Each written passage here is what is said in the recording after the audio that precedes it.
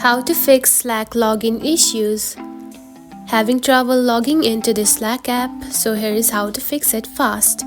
Simply open the Slack application and tap onto your profile icon and tap onto Preferences.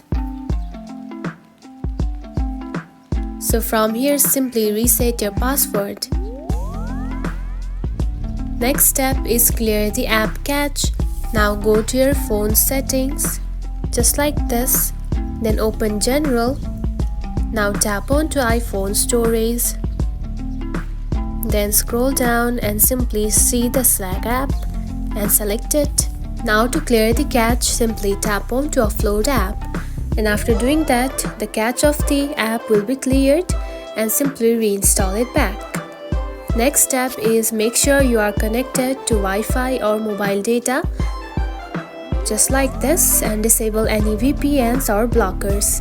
If nothing works, uninstall and reinstall the app from the App Store or Google Play. And that's it. This is how you can fix Slack login issues. If you found this video helpful, don't forget to like and subscribe for more tips. Thanks for watching.